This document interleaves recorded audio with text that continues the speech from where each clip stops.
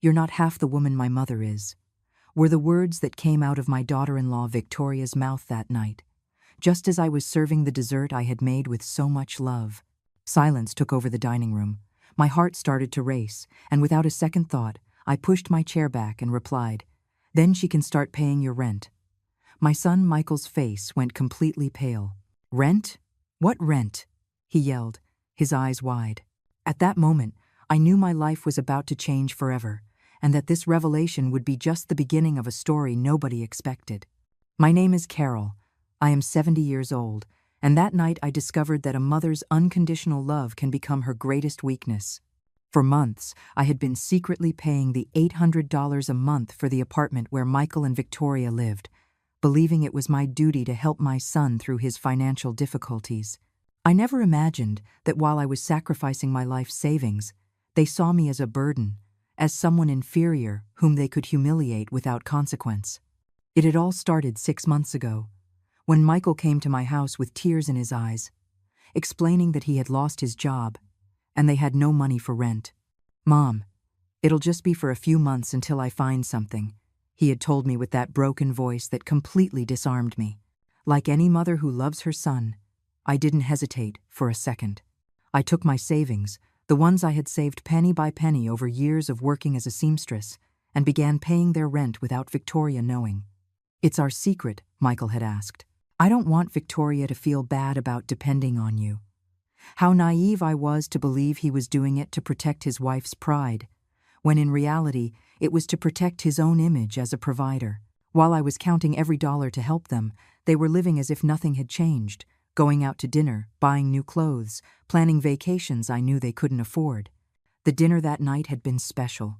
I had spent the whole day cooking his favorite dish, a roast chicken with mushroom gravy, rice pilaf, and that vanilla cheesecake he had loved so much since he was a little boy. The table was perfectly set, with the crystal goblets I had inherited from my mother and the good silver I only used on special occasions. Victoria arrived in an elegant red dress and shoes that probably cost more than my monthly grocery bill. From the moment they walked in, I noticed something different in the air. Victoria kept that forced smile I knew so well, the one she used when she was planning something unpleasant. Michael seemed nervous, avoiding my gaze, constantly fidgeting with his phone. During dinner, the conversation was tense. Victoria criticized everything: the temperature of the food, the decor of my house, even the scent of the air freshener I had put in the living room. "Carol, don't you think it's time you updated this place a little?" she had commented with that dismissive tone that bothered me so much. "My mother's house is so much more modern. She has that minimalist furniture that's in style now." I smiled tightly, trying to keep the peace, but inside I could feel the irritation starting to build. I had lived in that house for 30 years. Every object held a memory. Every corner told a story of my life. When it was time for dessert, I thought we could finally enjoy a pleasant moment. I had prepared the cheesecake with so much love, remembering how Michael would devour it as a child, how he used to tell me I was the best cook in the world. But instead of gratitude, what I received were those words that stabbed into my soul like thorns. "You're not half the woman my mother is." The impact of those words was like a slap across the face. I froze, the dessert spoon suspended in the air, feeling all the emotions welling up in my throat. Victoria looked at me with that cruel smile, as if she had been waiting all night for the perfect moment to hurt me. Michael lowered his head, avoiding my eyes, and in that instant, I understood that he already knew what his wife planned to say. "Excuse me?" I managed to articulate in a trembling voice, although deep down I knew I had heard her perfectly.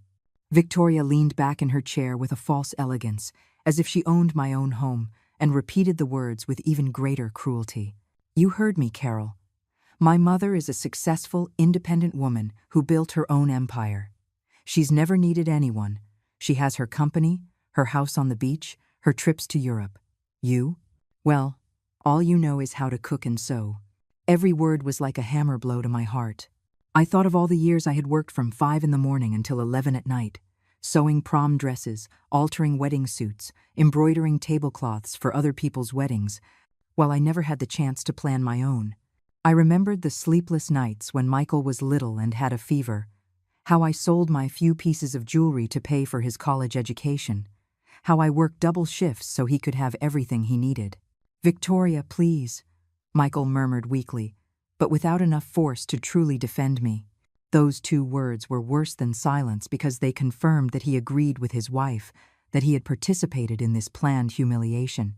My son, the same boy who once told me I was his hero, now allowed me to be treated like a servant in my own home. "No, Michael, let me finish," Victoria continued with that high-pitched voice she used when she wanted to sound superior. "Your mother needs to hear the truth. My mother would never have allowed her son to live like this, in this mediocrity." She made a dismissive gesture, pointing around my dining room, where there were so many beautiful memories. She would have helped us get something better, not kept us in poverty with her false kindness. It was at that moment that something inside me broke. It wasn't just the injustice of her words, but the absolute ingratitude of someone who had been living off my generosity without even knowing it. For 6 months, I had been the one paying for the roof over their haughty heads, the one who went without my arthritis medicine to make sure they had a comfortable place to live. I rose slowly from my chair, feeling the adrenaline course through my 70-year-old veins with a force I hadn't felt in years. "All right, Victoria," I said with a calm that surprised even myself. "If your mother is so superior, if she's so much better a woman than I am, then I think it's time she took on the responsibilities that such a successful woman should have." Michael looked at me, confused, but Victoria continued with that smug smile, as if she had won a battle. "Exactly, Carol. I'm glad you finally understand your place in this family."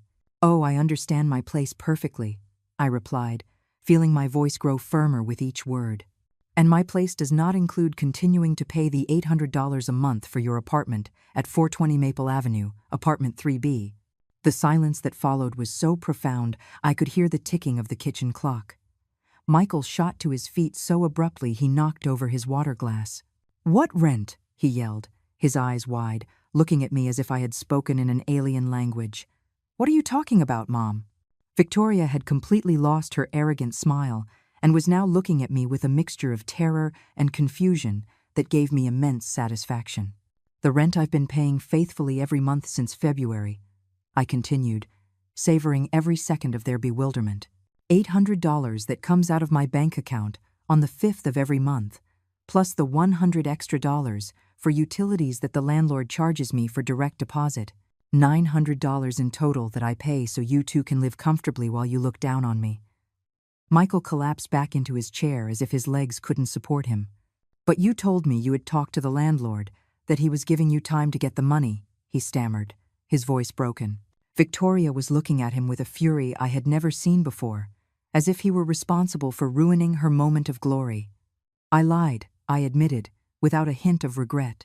"I lied because I thought I was helping my son, because I thought it was temporary, because I imagined that one day you would thank me for the sacrifice.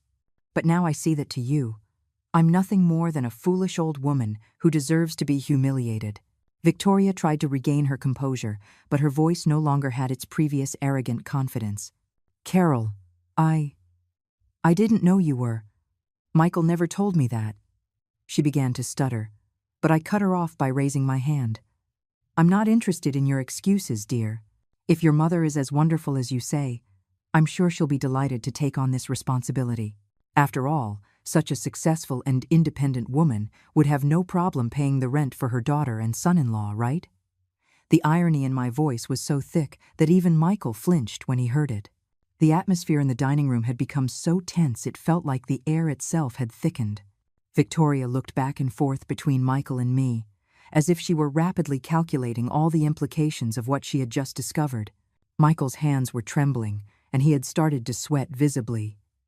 "Mom, why didn't you tell me the truth?" he finally asked, his voice broken. "Why did you let me believe you had worked out a deal with the landlord?" Michael's question echoed in the dining room like a painful cry. I looked at him intently, seeing in his eyes that mix of confusion and betrayal that broke my soul, but also feeling a rage that had been bottled up for far too long. "Why did I lie?" I repeated slowly, letting each word hang in the thick air of the room. "I lied to you because you're my son, Michael. Because when you came to my house, crying, telling me you had lost everything, that you didn't even have money to buy food, I couldn't just stand by and watch the boy I raised, the man I love more than my own life, Suffer. Victoria remained silent, but I could see her mind working quickly, trying to process the implications of this revelation. Her cheeks had lost that rosy color she always maintained with expensive makeup, and now she looked as pale as a sheet of paper. Michael ran his hands through his hair, a gesture he'd made since he was a child when he was nervous or scared. I lied, I continued, my voice growing steadier, because I thought it was temporary, because I believed that when you got back on your feet financially, when you found a stable job, you would thank me. I never imagined that while I was depriving myself of medicine for my arthritis, while I stopped buying meat to save those $900 a month, you two were planning how to humiliate me in my own home. Michael tried to interrupt, but I raised my hand to silence him. No, now you're going to listen to me, Michael. For 6 months, I've been eating rice and eggs for dinner. I've been wearing the same pair of worn-out shoes because I didn't have the money to buy new ones. Do you know what I did last week? I sold your father's wedding ring, the ring I kept as my most precious treasure, so I could pay your rent and have some food in my refrigerator. Tears began to well up in my eyes, but they were tears of rage, not sadness. I sold the only physical memory I had of my husband, of the man who loved me for 30 years, to support a couple who considers me inferior, mediocre, unworthy of respect.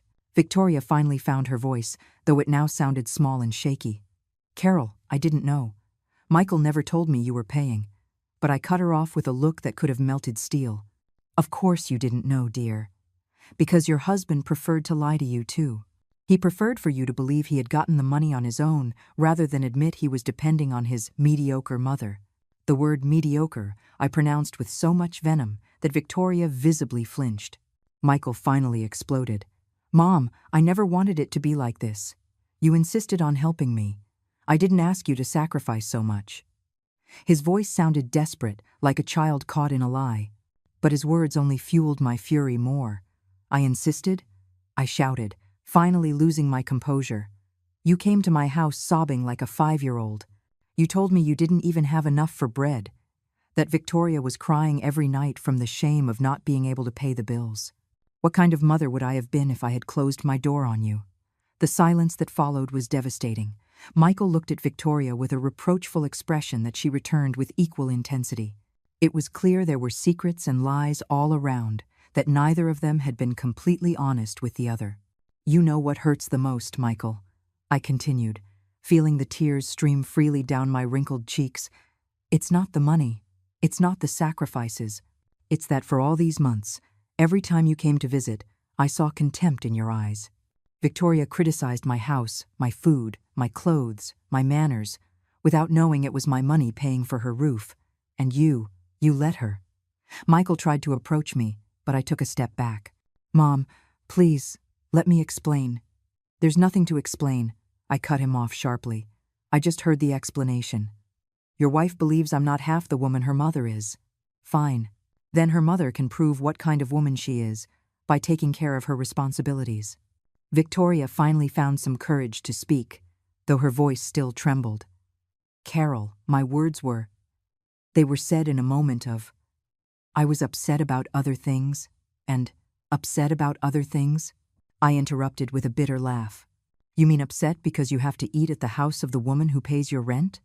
Upset because you have to feign cordiality with someone you consider so inferior? The tension in the room was so thick you could cut it with a knife. Michael was pacing the dining room like a caged animal, while Victoria sat, twisting a napkin between her trembling hands. Do you know what's saddest about all of this?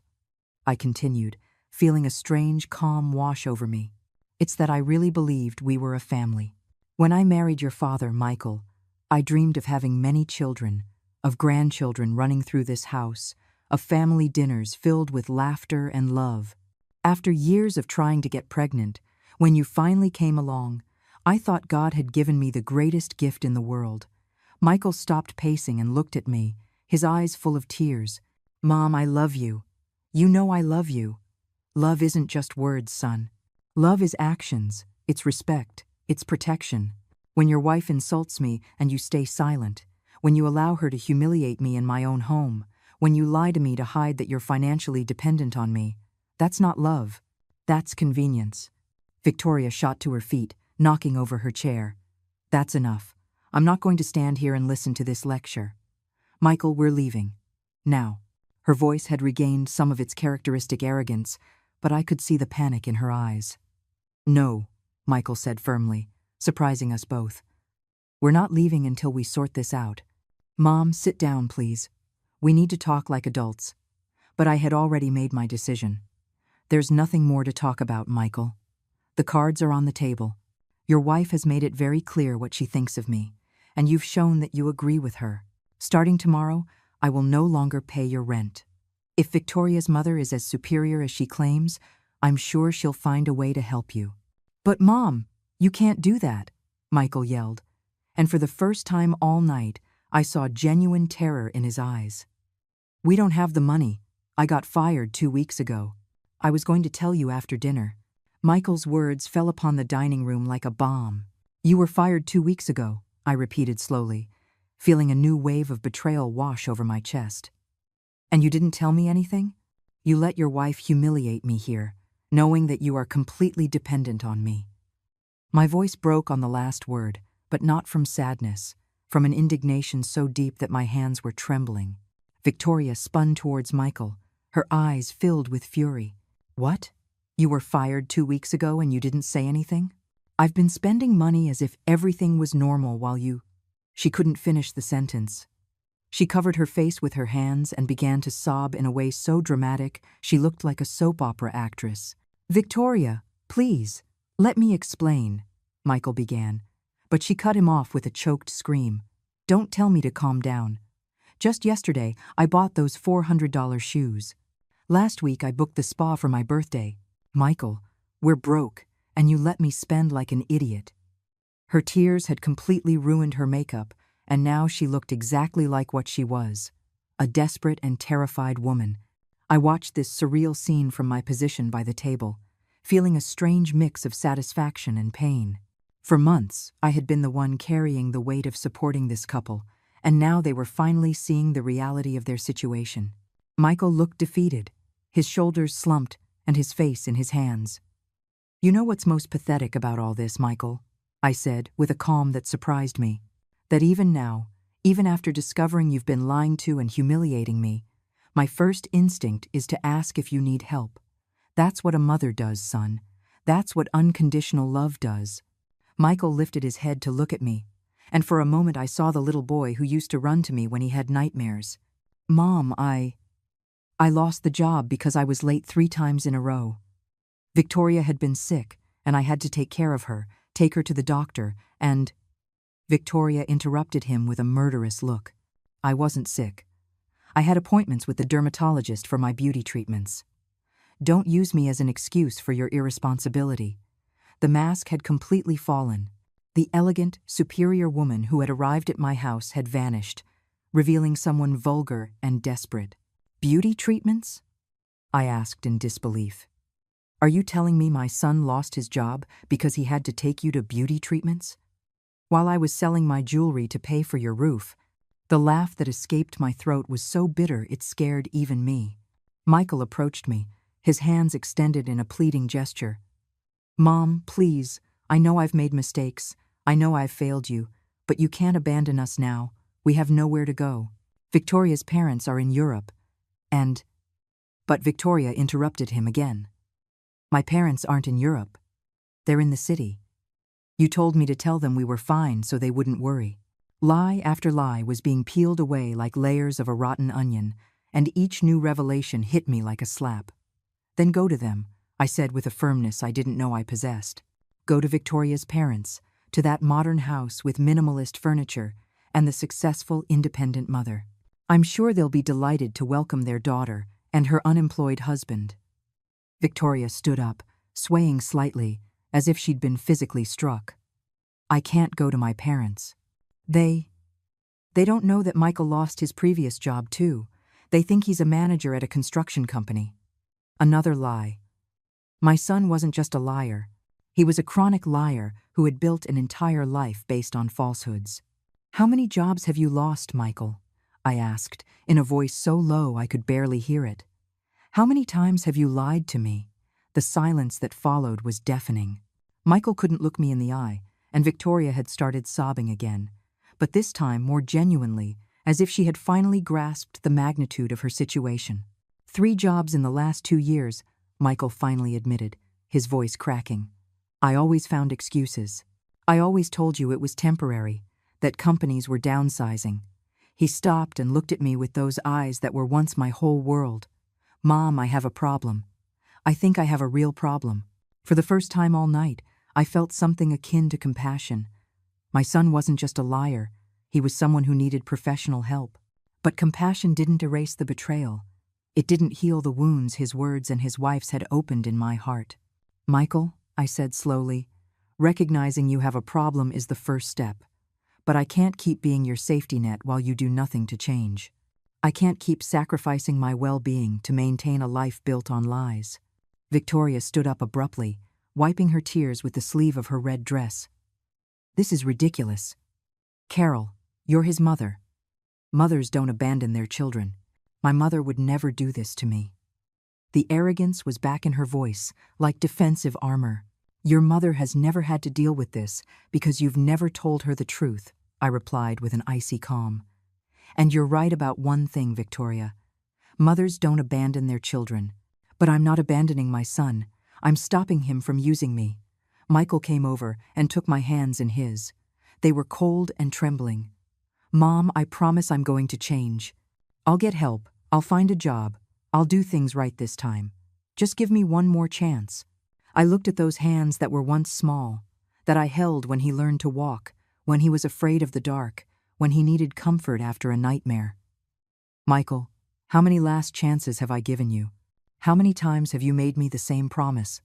He couldn't answer, because we both knew the answer. I had lost count of the times we'd had this same conversation, of the broken promises, of the crushed hopes. The lease is up next month, I announced, gently pulling my hands from his. You have 30 days to find a solution. After that, I will no longer be responsible for your housing.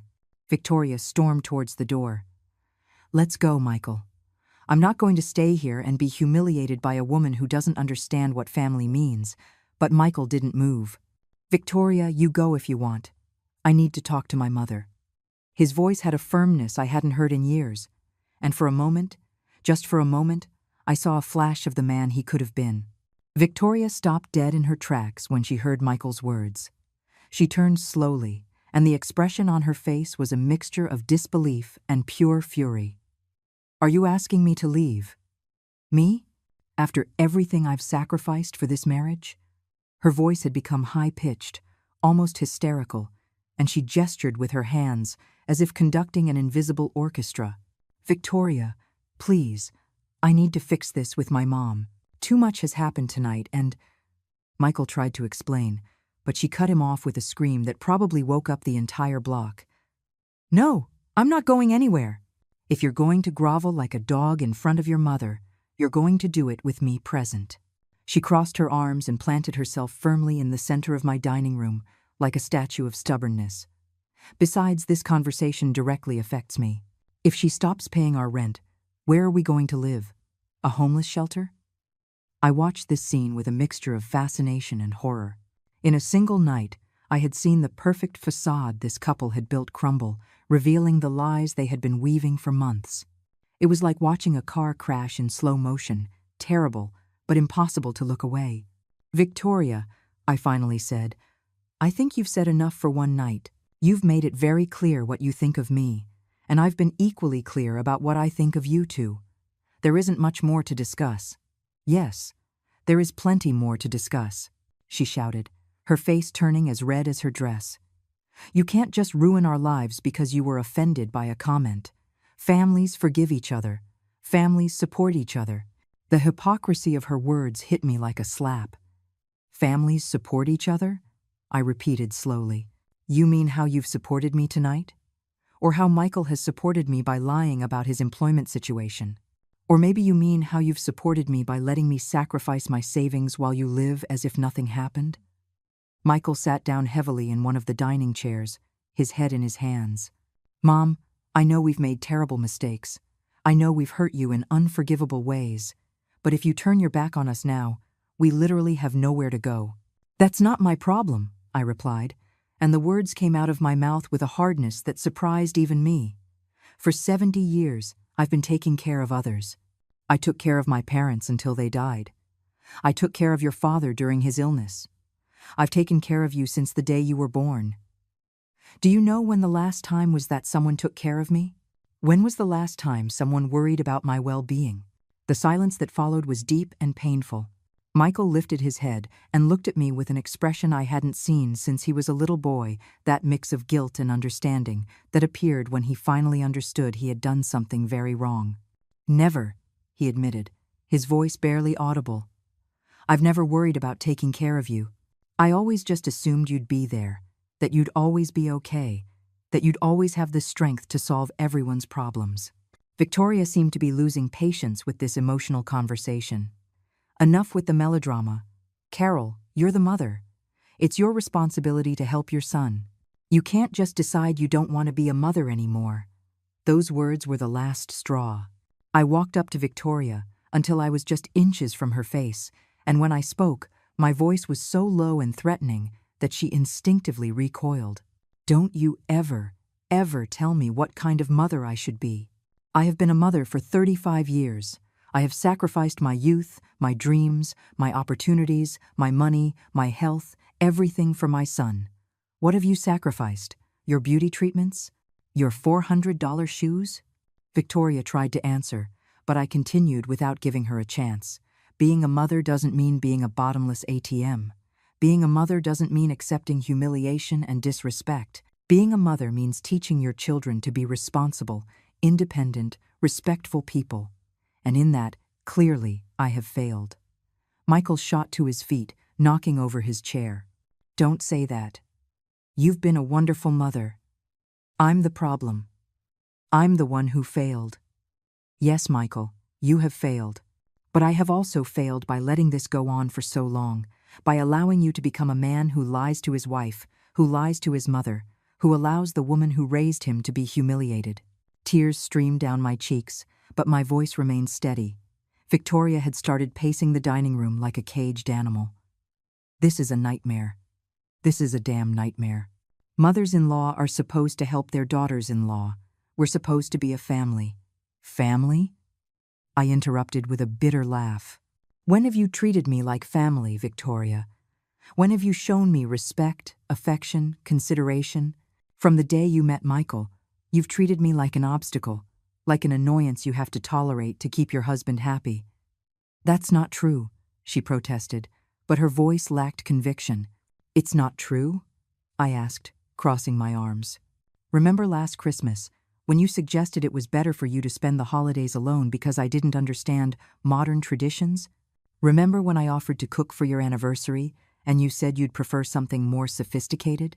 Remember when you criticized me for wearing my favorite purple dress because women my age should wear more discreet colors? Each example I listed was like a small stab, and I could see Michael cringe with each memory. He had been present on all those occasions, had heard every hurtful comment, and had never said a word in my defense. Victoria, I continued, you never wanted to be part of this family. You wanted this family to disappear so you could have Michael all to yourself. Well, congratulations. It looks like you're going to get exactly what you wanted. Michael approached me, his eyes filled with tears. Mom, please, give me a chance to fix this. I'll talk to Victoria. I'll get professional help. I'll find a job. I just need time. Time? I repeated softly. Michael, I've given you 35 years of time. I've given you chance after chance after chance. How much more time do you need to become the man you were supposed to be? Victoria had stopped pacing and was now watching us with a calculating expression. I could see her mind working, trying to find a new strategy, a new way to manipulate the situation to her advantage. Fine, she finally said with a strangely calm voice. If that's what you want, Carol, perfect. But don't come crying to us when you realize you've lost your only son forever. When you're all alone in this old house, surrounded by your musty memories, remembering that you had a family and you threw them out onto the street because of your stupid pride. Her words were designed to hurt me, to make me feel guilty, to break my resolve. And for a moment, they almost worked. The image of being alone in this house, with no visitors, no phone calls, no one needing me, was terrifying. Victoria's words echoed in the dining room like a curse, designed precisely to attack my greatest fear, loneliness. For a moment, the picture she painted took hold of my mind. I saw myself in this empty house, without the laughter of grandchildren who never came, without Sunday phone calls, without anyone to remember my birthday. The silence stretched between us like a sticky web, and I could feel Michael watching me, waiting for my resolve to crumble. But then, something extraordinary happened. Instead of feeling panic or despair, I felt a deep, liberating calm. "You know what, Victoria?" I said slowly, savoring each word. "I would rather be alone and at peace than accompanied and humiliated. I prefer my musty memories of a happy marriage and years of honest work over creating new memories of lies and disrespect." Victoria blinked several times, as if she hadn't expected that response. Michael's jaw dropped, and I could see him slowly processing that his final card of emotional blackmail had completely failed. "Besides," I continued, feeling a new energy course through my veins, "I'm not going to be as lonely as you think. Just yesterday, I got a phone call that changed everything, but you two were so busy planning how to humiliate me tonight that I didn't tell you. Stephen Herrera called me." The name dropped into the dining room like a nuclear bomb. Michael froze, and for the first time all night, Victoria was completely speechless. Stephen had been my boyfriend during my college years, the man I had planned to marry before I met Michael's father. He was an ambitious, intelligent man who had decided to move to the United States to seek better opportunities when I chose to stay and start a family. "Stephen Herrera?" Michael mumbled, his voice cracking. "The Stephen from the photos? Your college boyfriend?" I nodded slowly, enjoying the look of absolute shock on their faces. "The very one." It turns out that after 40 years of building an engineering firm in California, after raising 3 successful children and losing his wife 2 years ago, he decided to look up his old friends. He found me through social media, and we've been talking on the phone for the past 2 weeks. Victoria finally found her voice, though it sounded strangled. "What do you mean you've been talking?" Her face had taken on a greenish hue that was not at all flattering. "I mean exactly that. We've been talking every day, remembering old times, telling each other about our lives, our fulfilled and unfulfilled dreams. And last night he made me an offer that took my breath away." Michael approached me with hesitant steps. "What kind of offer, Mom?" I smiled for the first time all night, a genuine smile that came from the depths of my heart. He invited me to spend a month at his house in San Diego. He says he wants to show me California. He wants me to meet his kids, that he's always wondered what would have happened if— I left the sentence hanging, enjoying the absolute silence that had taken over the dining room. "But, Mom," Michael stammered, "you can't just go off with a man you haven't seen in 40 years. What if he's a con artist? What if he's lying to you? What if— What, Michael?" I interrupted with a firmness that surprised me. "What if he turns out to be a liar like you? What if he uses me like you have? At least with Stephen, I'll be having an adventure, seeing new places, being valued for who I am, not for what I can give financially." Victoria had collapsed into a chair, her face in her hands. "This can't be happening. This is a nightmare. You can't be serious about going away with a stranger. Stephen is not a stranger to me. He knows my dreams, my fears, my hopes, because we shared them when we were young. He knows I always wanted to travel, that I always wanted to see the Pacific Ocean, that I always dreamed of writing a book about my experiences as a seamstress. Do you know what the first thing he said to me when he called was? 'Carol, I hope you chased all your dreams because you deserved an extraordinary life.' Tears began to run down my cheeks, but they were tears of joy, not sadness. When was the last time either of you asked me about my dreams? When was the last time you cared if I was happy, if I had plans, if there was anything I wanted to do with my life?" Michael tried to approach me, but I held up my hand to stop him. "Stephen sent me pictures of his house, of his garden full of orange and yellow flowers, of the ocean view from his deck. He told me about his trips to Europe, about the books he's read, about the dinners he cooks for his friends every Friday. And you know what else he told me?" Victoria lifted her head to look at me, her eyes red and filled with resentment. "What did he tell you?" "He told me that a woman of my age and experience is a treasure, that I have stories to tell, wisdom to share, love to give. He told me that any man would be lucky to have my company, my conversation, my affection. My voice broke slightly as I recalled those words, which had healed wounds I didn't even know I had. After I hung up that call, I sat in my kitchen and cried for an hour. But I didn't cry from sadness, I cried from relief. I cried because someone had finally reminded me that I am more than a mother, more than a provider, more than a free maid. I am a woman with her own worth. Michael had turned ashen. Mom, please, don't make any rash decisions because of what happened tonight. Stephen could just be telling you what you want to hear. Scammers are very skilled. Enough, I shouted with a force that surprised even me. Enough trying to control my life. Enough telling me what I can and cannot do. For 35 years, I have lived for you. I have made every decision thinking about your well-being, your future, your happiness. For the first time in decades, I am going to make a decision thinking about myself. The silence that followed was deafening. Michael had slumped into a chair, his head in his hands, sobbing like a small child. Victoria was staring at me with a mixture of hatred and terror, as if she had seen a ghost. You know what else Stephen told me? I continued, feeling my confidence grow with each word. He told me he had kept a picture of me from when we were 20, the one where I'm wearing the white dress with red flowers that I had sewn myself. He said that all these years, especially after his wife died, he would look at that photo and wonder if I had been happy, if I had managed to fulfill my dreams. Michael lifted his head, his eyes swollen from crying. And what did you tell him? I told him the truth, that I had had moments of happiness, especially when you were little, when your father was alive, when I thought I was building something beautiful called a family.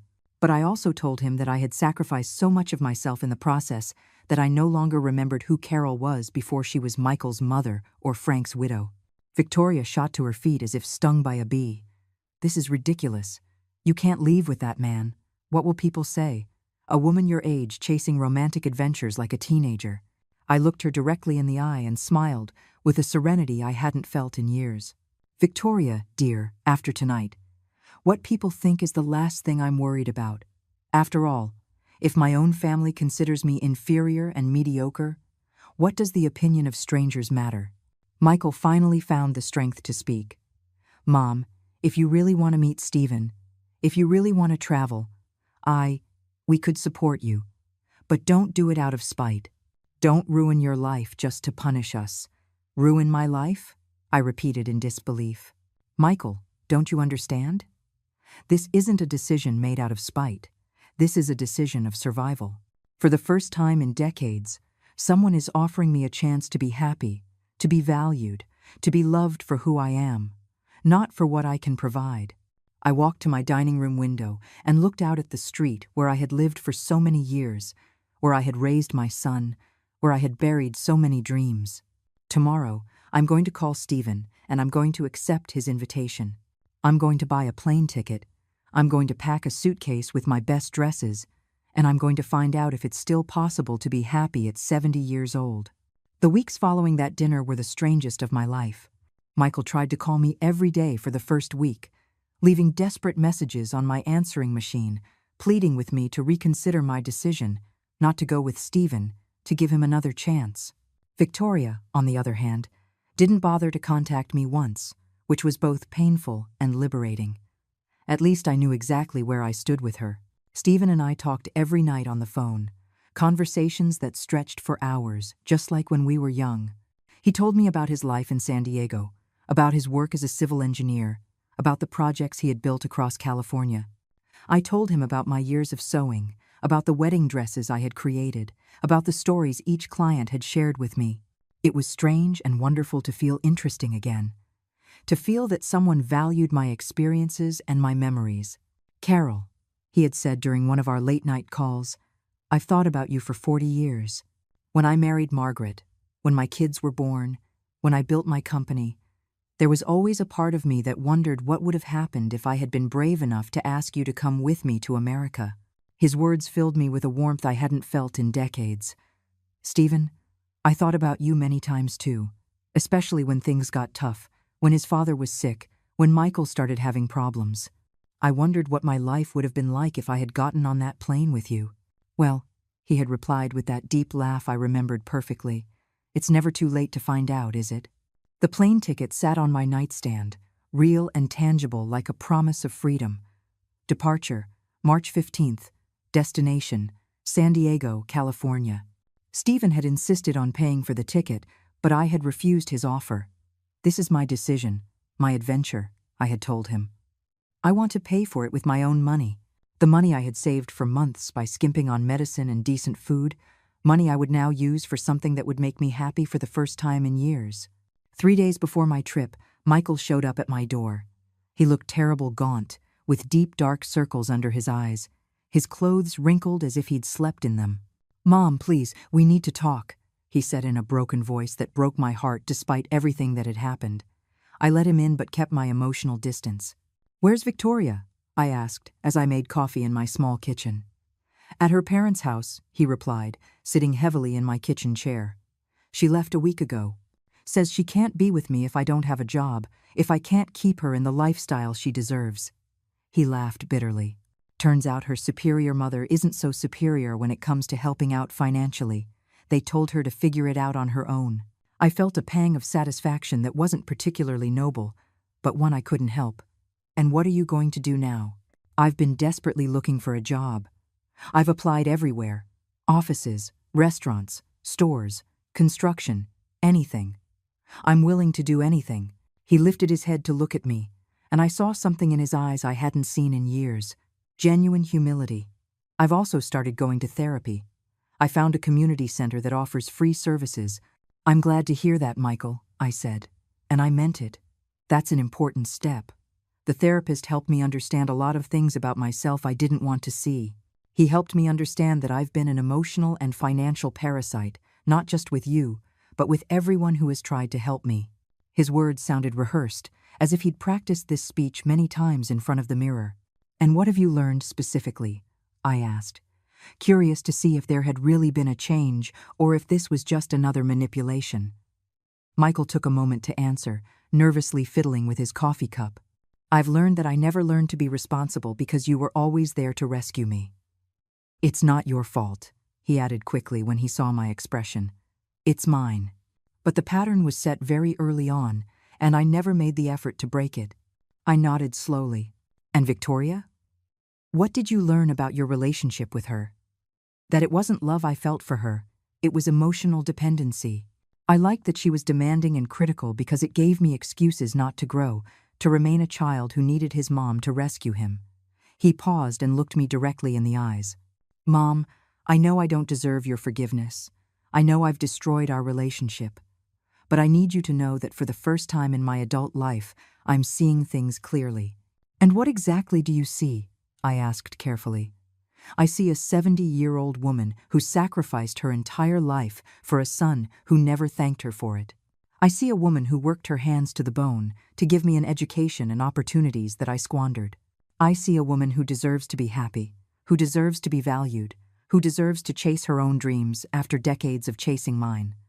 His words moved me, but they also made me cautious. "Michael, I'm glad to hear you're reflecting on these things. But words are easy. Real change takes time and consistent action." "I know," he said, nodding vigorously. "And I'm not here to ask you to cancel your trip. I'm not here to ask for money or help. I'm here to tell you that I'm going to prove with actions that I can change, even if you're no longer here to see it." "What do you mean by that?" Michael got up and started pacing my small kitchen. "I got a job with a cleaning company. It's night work, pays little, but it's honest, and it allows me to live in a small room I rented near downtown. I'm also taking online classes to get a certification in accounting." I looked at him with genuine surprise. "When did you decide to do all this?" "The night after our dinner. When I got home and Victoria started screaming at me for ruining our financial situation. Something inside me just snapped. I realized I was 35 years old and had never been responsible for my own life for a single day." He sat down again and took my hands in his. "Mom, I want you to go to California. I want you to meet Stephen, to see the ocean, to write that book you've always wanted to write. I want you to be happy, even if it means I'm no longer a part of your life." For the first time since the night of the dinner, I felt like I was talking to my real son, not the manipulative, dependent version I had known for so many years. Michael, you will always be a part of my life. You are my son, and you always will be. But you need to understand that our relationship can't stay the same. I understand completely, he said firmly. And I want you to know that I'm going to work on becoming the kind of son you can be proud of, even if it takes years, even if by then it's too late to repair our relationship. We sat in silence for several minutes, each lost in our own thoughts. Finally, Michael spoke again. Would you tell me about Stephen? What was he like when you were young? An involuntary smile spread across my face. He was brilliant, ambitious, gentle. He had this way of making me feel like the most interesting woman in the world. When we talked, he would focus completely on me, as if my words were the most important thing he had ever heard. Why didn't you go with him when he left for the States? Because I was scared, I admitted. Scared of leaving everything I knew, scared of failing, scared of not being good enough for him. And then I met your father, and he represented security, stability, a predictable life. I paused. I don't regret choosing your father. He was a good man, and we had beautiful moments. But now I have a second chance to find out what would have happened if I had been braver. Michael nodded slowly.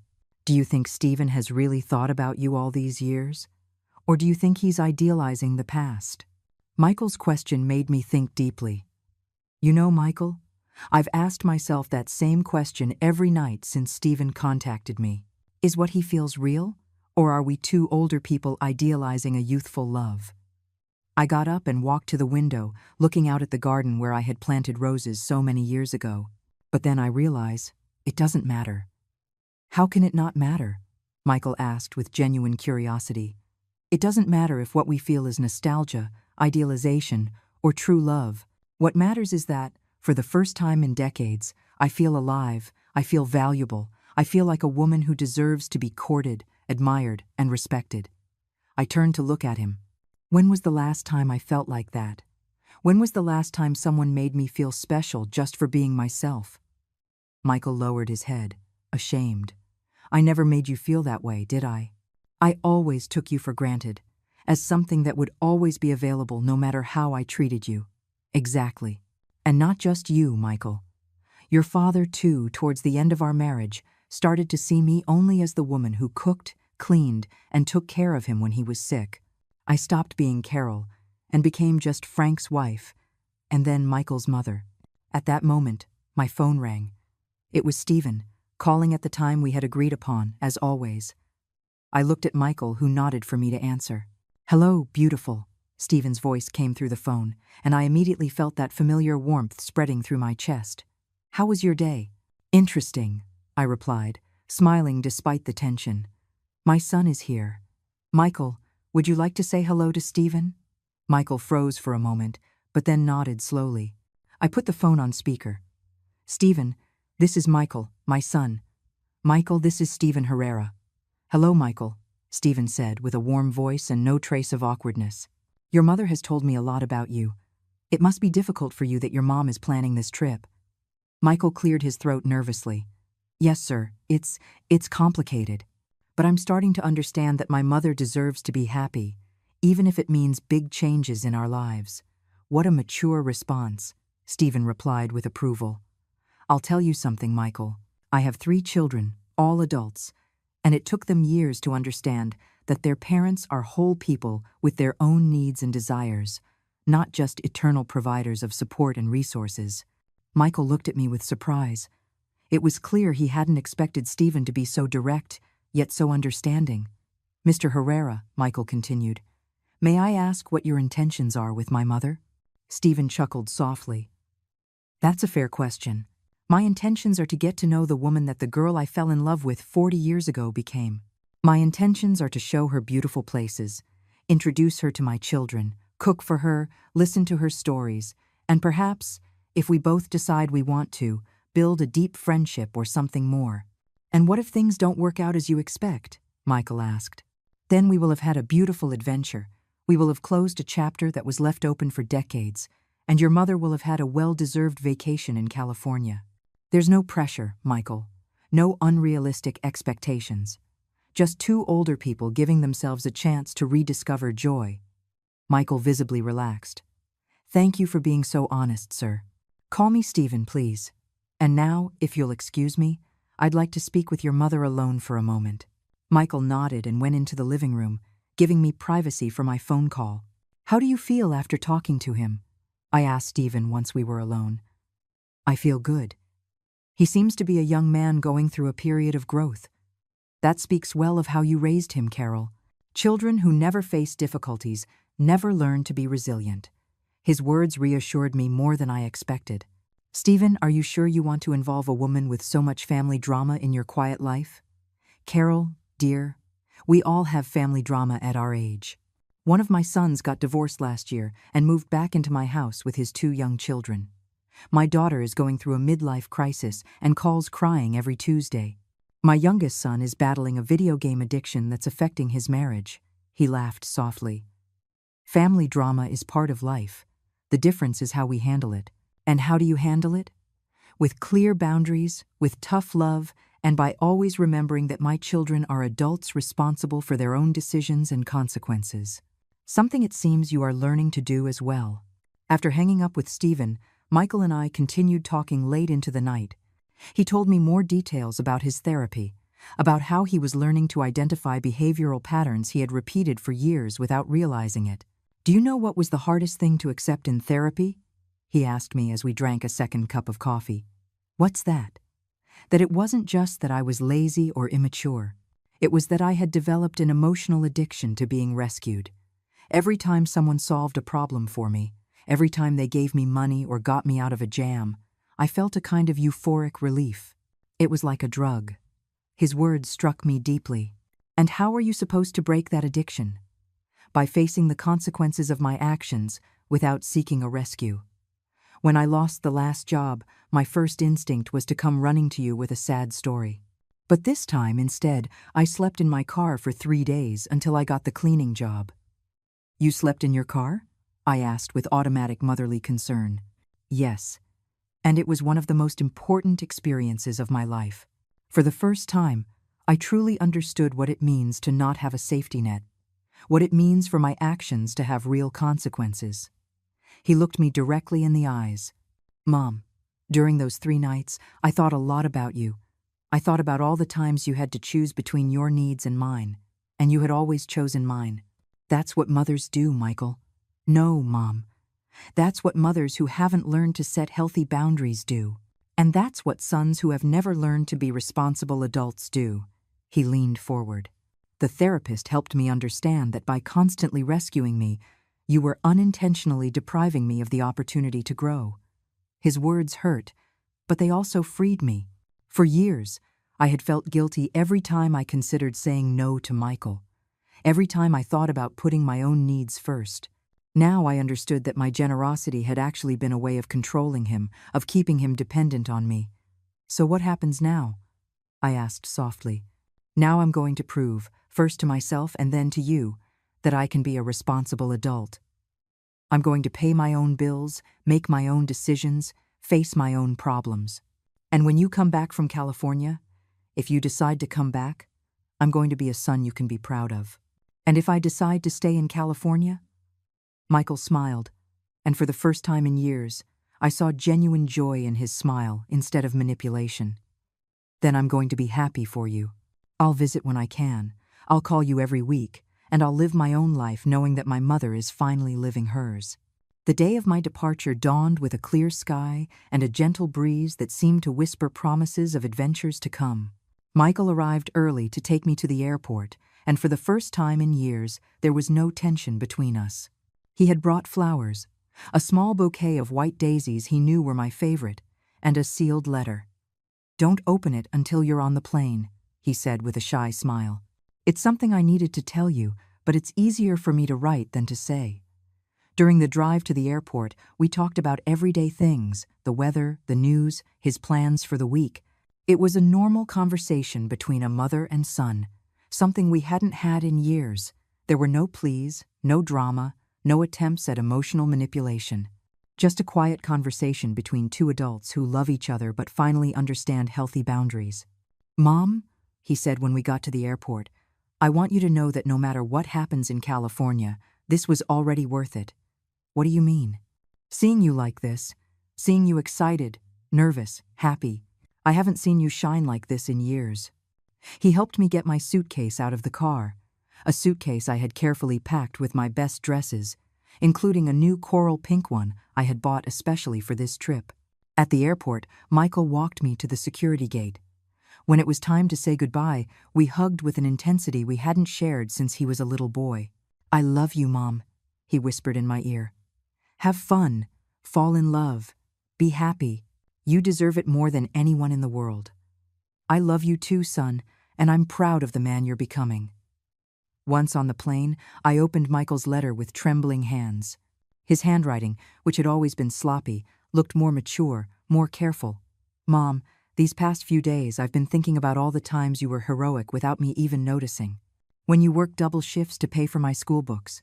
When you sold your new sewing machine to buy me a bicycle. When you pretended not to be hungry so I could have more to eat.